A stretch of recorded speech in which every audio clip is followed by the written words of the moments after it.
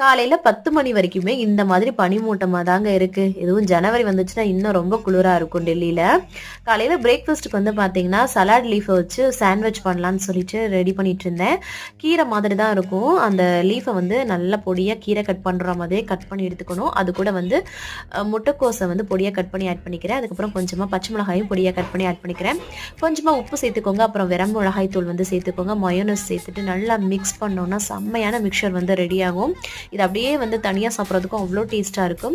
அதுக்கப்புறம் வந்து பார்த்தீங்கன்னா, பிரெட்ட நல்லா தோசைக்கல்ல போட்டு டோஸ்ட் பண்ணிட்டு அதில வந்து பட்டர் அப்ளை பண்ணிக்கிறேன். அதுக்கப்புறம் நம்ம எடுத்து வச்ச மிக்சரையும் போட்டு அப்படியே இன்னொரு பிரெட் எடுத்து அப்படியே க்ளோஸ் பண்ணி அப்படியே சாப்பிட்டோம்னா அவ்வளோ டேஸ்ட்டா இருக்கும். இது கூட ஒரு கப் காஃபி மட்டும் வச்சா போதும். இது கூட நீங்க இடையில வந்து ஒரு சீஸ் ஸ்லைஸ் வச்சு சாப்பிட்டாலும் ரொம்ப சூப்பரா இருக்கும். ட்ரை பண்ணி பாருங்க.